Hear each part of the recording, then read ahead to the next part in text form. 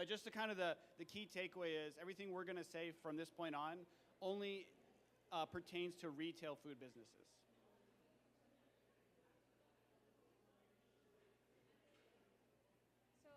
For retail food business in King County, where would you start? So I would start with this website, kingcounty.gov food permit.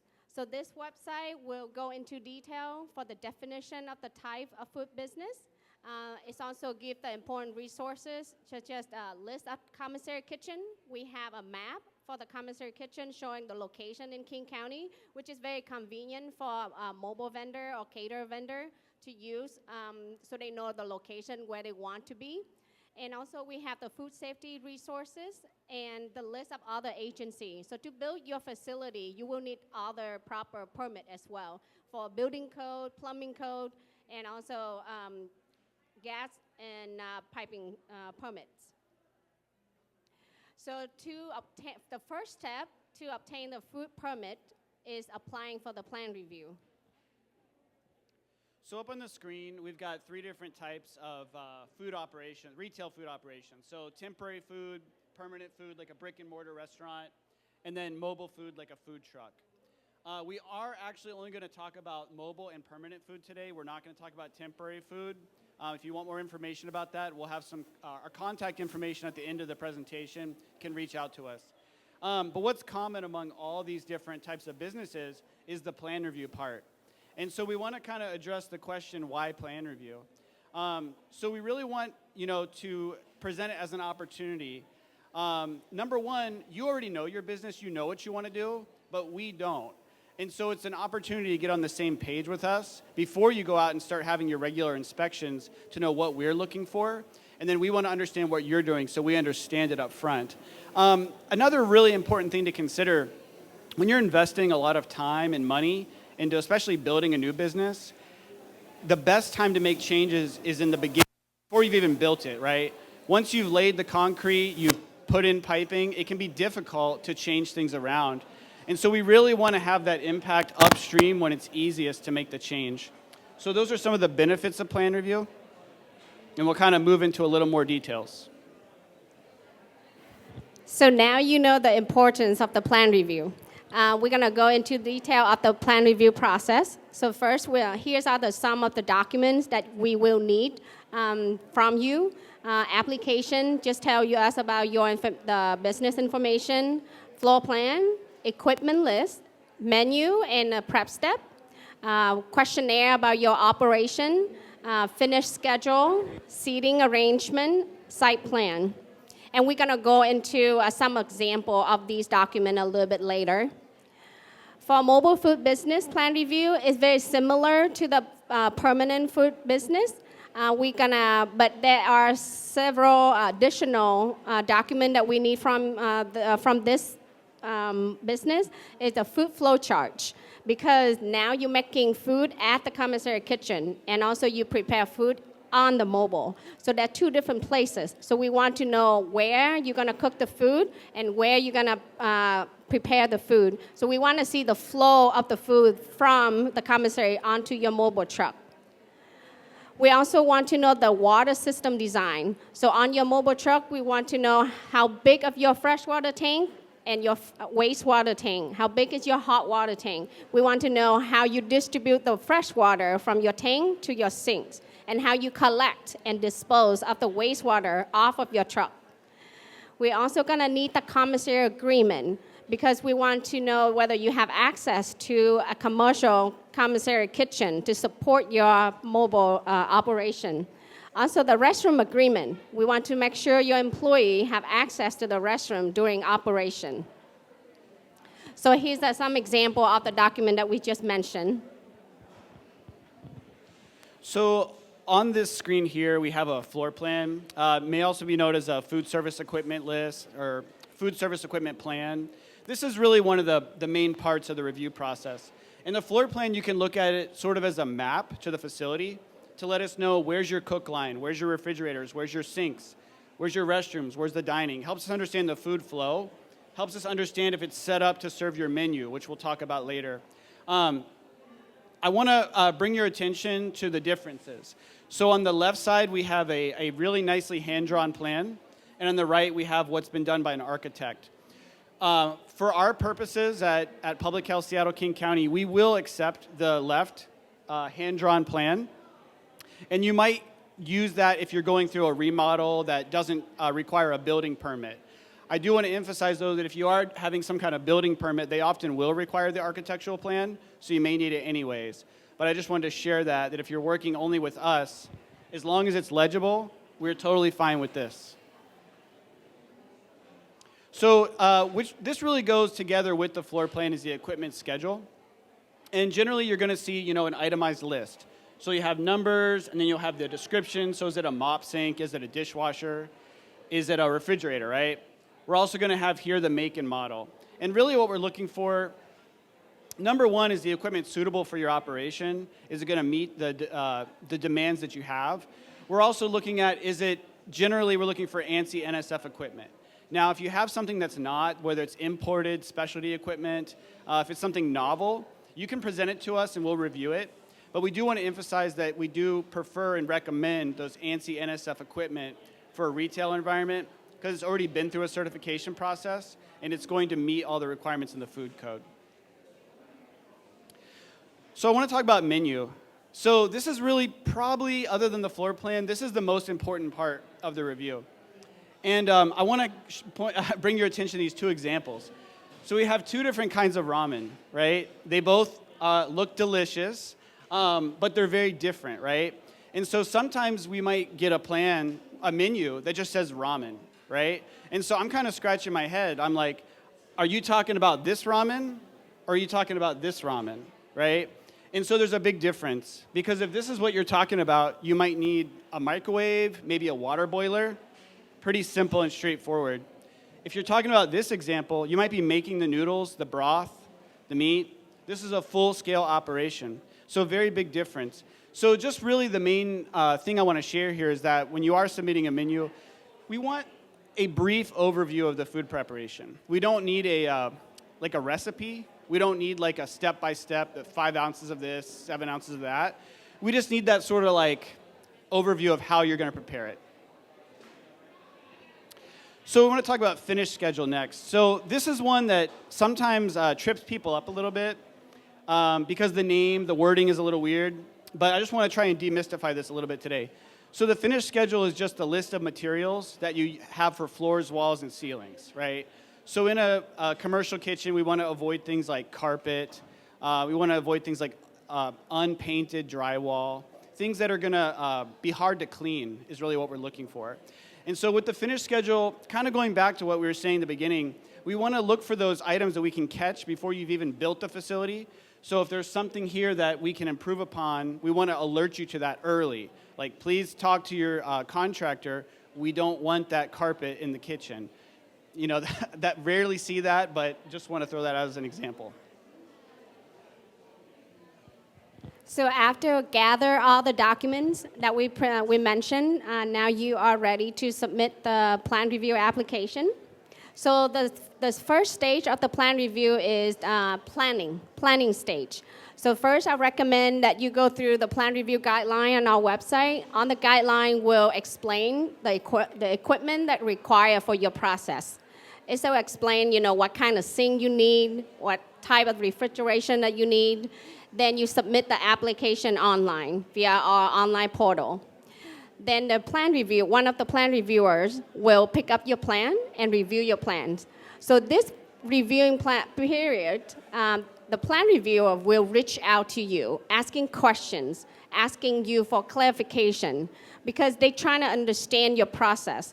So they're trying to find your process matching with the require equipment. So example, some of the questions that plan reviewer could ask. So the plan reviewer see you have a sandwich. You're going to prepare a sandwich to order.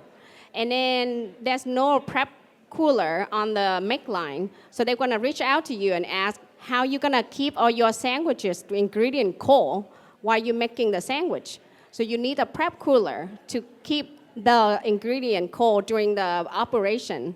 Another example that we seeing a beverage station that you're going to make smoothie, but there's no cooler in that station.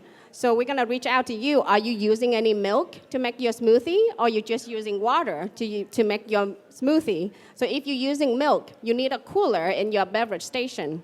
So those questions will assess and kind of remind the operator as well. You know, sometimes when you make plan, you did not think about it. We do inspection a lot, so we know the process. We know what the ingredient people usually use, so we know the flow. So that kind of remind the operator as well. For example, like when you're switching from one flavor to another flavor, are you gonna rinsing the pitcher? You're gonna rinse the pitcher, but then no sink around. How are you gonna rinse the pitcher? So that's the opportunity for a plan reviewer and the operator come on the same page and then ask each other, you know, like to match your operation with the equipment. So after all the questions got answered, and then make sure you have enough the equipment that needed for your operation, they will approve your plan. Then we're gonna go to the next stage, is the building stage. So you're gonna build your facility according to the approved plan, and then you're gonna pay for the food operating permit and to schedule the pre-opening inspection with the plan reviewer. So after you pass the pre-operational inspection, then you get approved to operate. So to summarize, to get the food permit, you have to complete the plan review process from planning to building. However, there's another way to get the food permit for an existing facility. That is, go through the change of ownership. So we're going to talk a little bit about change of ownership. So this is a great way to get in. In fact, many people do get into the food industry this way. When you have an existing business that someone no longer wants to operate, they can sell that business. You can purchase it. In many cases, it may be a simple, what you might call a turnkey operation. So let's say you have a pizza restaurant, and then you're going to take that over and also operate as a pizza restaurant. And you're not going to make any significant changes. You know, so you might repaint the lobby, you might change the name a little bit, but everything else remains the same. That sounds like a change of ownership. It's a pretty straightforward process. You don't need to go through a plan review. However, we would strongly encourage you, if you're considering to purchase an existing business, to reach out to us. And I'll talk a little bit about why. So kind of think about it like buying a home or a car. You want to learn about the history of that before you purchase it. It's a big purchase. There may be some hidden issues that you weren't aware of. Also, if you are making changes, we can talk through what changes would require a review, what that might entail, or whether a review is not needed. So just a kind of an example. Let's say you're changing ownership. It's a pizza place, and you're going to turn it into a bubble tea shop. Might be a remodel plan review needed. You may need to rip out the pizza oven. You might need to replace sinks, install new sinks, change the whole layout, right? So that's one example. Another example is there are many facilities that really they've been in operation for years, if not decades. They were built according to the codes at the time. So when they change ownership, that's a time when there may need to be upgrades to bring the facility up to code. We can let you know that if you reach out to us. We're happy to talk about any facility before you buy it and give you the history, let you know what you might need, so you can be an informed buyer. And as I said, those changes could include equipment, kitchen layout, menu, food process. So I want to change gears a little bit. That's kind of the existing system that we have. But I want to talk a little bit about pop-ups. So that's a term that we've heard a lot recently. And when we typically hear that term, we think about temporary events, farmers markets, and like a pop-up tent. That's normally what we think about. But when I've found when we talk to people that they're using that term in different ways or ways that we weren't familiar with. So I just want to pose it all to you. If anyone wants to share now, or you can reach out to us later. What's a pop-up? Can anyone tell me? And if you can't, that's fine. Because we're kind of working on this now. But has anyone heard of the term pop-up? Yeah. So I think, does anyone want to share what they think a pop-up is?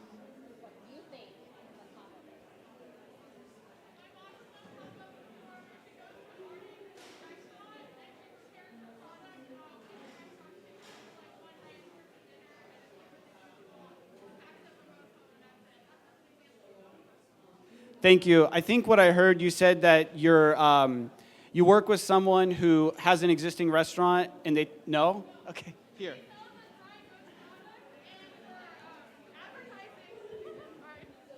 She sells a dry goods product, and to get the word out there about it, sometimes she'll go to an already existing kitchen, and they'll use the product to prepare a meal, and then she'll pack up and go home, and it's like usually a one-night thing for her in this case. Thank you. Does anyone else have an example? So in our community, we're seeing a lot of taco spots popping up, fruit cups. So they're popping up at gas stations on the corners of the, I'm not going to tell you actually, but they're popping up. Thank you. You can tell me. It's okay. Oh, someone else? It's also like taking over a particular restaurant and just doing your own menu. So you could do, some people do their prep in that same kitchen or sometimes in another commissary kitchen. But yeah, it's different menu than the one in the restaurant. Yeah. There was one more?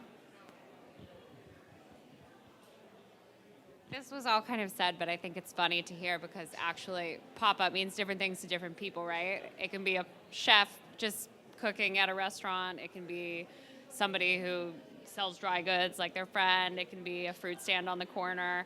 So it can be all of those things, I guess. And it's hard to define, or like, there's a lot of festivals or maybe like a vintage market where there's food folks who are serving coffee or baked goods, maybe that are made on site legally, maybe not. Permitted, not legally. Yeah. Thank you. So thank you to everyone that participated and shared. I think to me that really is the good example, right, of the different ways the term pop-up is used. And so that kind of brings me to the next slide. So we're working right now looking at different permitting options and how we can reevaluate some of the current options we have. So I'll talk a little bit about what we're doing. So one of the things, we know this is a very expensive industry. And we know there's a lot of pressure right now. So we are looking at ways we can lower the cost of entry. A lot of it, to be honest, there's a lot of costs that aren't related to food business permitting. But for those that are under our control, we are looking at lowering those. As far as pop-ups, we're working on a shared definition for pop-ups. So that's one of the big items right now is coming up with a definition so that when we talk about pop-ups, we're talking about the same thing. We want to expand access to commissary kitchens. So we know that commissaries are in very short supply. We also know the commissaries that are out there, they're pricey, right? So we're looking at ways we can expand that access, looking at ways to encourage more commissaries to be built. And it's not up here, but we are actually moving forward with permitting our existing commissaries to have a little bit better tracking of that and also better relationship directly with the commissaries rather than through the vendors. But this one, it kind of got cut off. I think it just shifted. But this one's really important. Restaurants can be a commissary. So I wanted to share that today. Not everyone knows that. A lot of people think that a commissary has to be like a rental kitchen. It can. But if you know a restaurant or you have friends or family or you just happen to eat there and you know they have some space, maybe they're only open at night, maybe they're only open in the morning, maybe they just have a little bit of space they can share, they can absolutely be a commissary for a food truck or a caterer. So we definitely want to spread the word on that. Not everyone knows. We are also currently partnering with community-based organizations to provide outreach to street food vendors regarding the food permitting process. So we know that there has been a lot of interest in street food vending. Many vendors just need information and help navigating the process. So we are currently working with several community-based organizations to help be a liaison to get that message out there and kind of help navigate. Lastly, we're looking at other topics such as caterers and mobile food units or food trucks about how we can improve that process. So we want to hear from you. We really do. And so that's one of the reasons why we're here today is to share a little bit about what we do, but also to really, really, really emphasize and encourage you to reach out to us. Sometimes people are hesitant or they have questions and they don't know where to reach out to. We want you to know that you can reach out to us and talk about your plans, talk about what you want to do, and we're happy to discuss. We're happy to point you in the right direction. And our interest really is that you do get a food permit if you're seeking one. But we want to make sure that you're also covering all the required bases and that you're setting yourself up for success. But my contact information is here. My colleagues' contact information is here. We also have our general contact information, but I also want to highlight this one here, our food safety stakeholders email inbox. If you have any thoughts about improving permitting, if you think that we're doing a great job and want to let us know, that's great too. But if you have ideas, suggestions, comments, this is a really good place to please send those to, and we want to hear it. Another one is our Food and Facilities plan review inbox. So as I said, my contact information is here. You're welcome to contact me anytime. I'm going to volunteer Quinn for the same thing, that you can contact her as well. But if you have just a general question, like, oh, where do I get started? Or what are the requirements for the size of a warewashing sink? This is a good place to send that to, and they'll get you to the right person. So we want to leave time for questions as well.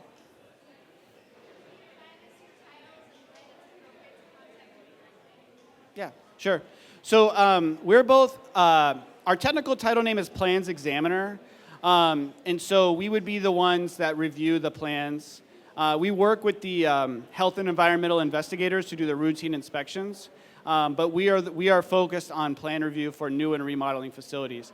As far as when it's appropriate to contact us, I think, honestly, anytime. We are very open to providing consultation. We want to help you get the information you need instead of wondering. Our website does have a lot of information. What I usually recommend, sometimes people will call me and ask about food trucks. They're like, I want to start a food truck. I usually will ask them if they've read our food truck permitting guide, because that's the best place to start. It's usually going to answer most of their questions, because I could literally talk about it all day, and I love to. But it's usually more efficient if you read the material and then you pose your specific questions to us. Any other questions? Okay. Oh.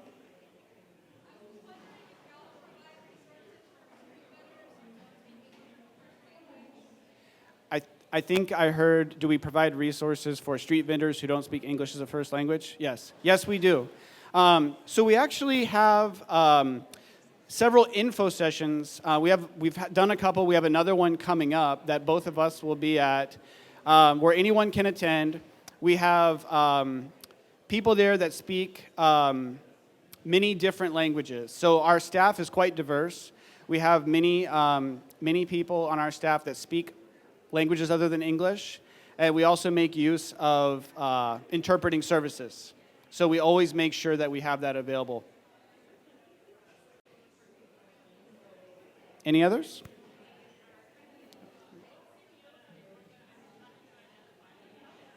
That's a good question. That was not actually something that I was involved in. So I can get you the information, but I don't have it readily available. Okay. I think you were next, and then you.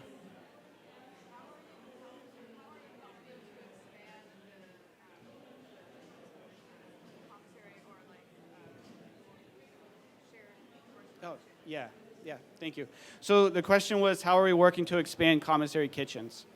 So one of the things that we are doing is during the pandemic, we had a program to provide a subsidy to some vendors. That program since has ended because it relied on pandemic relief funds. But we're currently exploring something similar. It's nothing that I can tell you is ready to roll out, but it's something that's actively being worked on to provide a similar type of subsidy program. But we're also continuing to advocate for more commissaries to be built.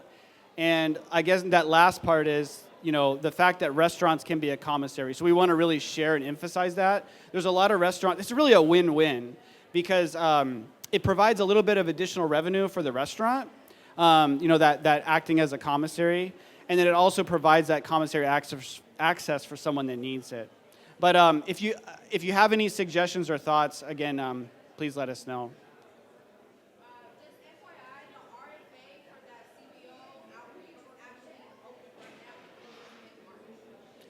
Thank you. So again, you just said that the RFA for the CBO is currently open. Yeah. Okay, thank you. All right. Thank you.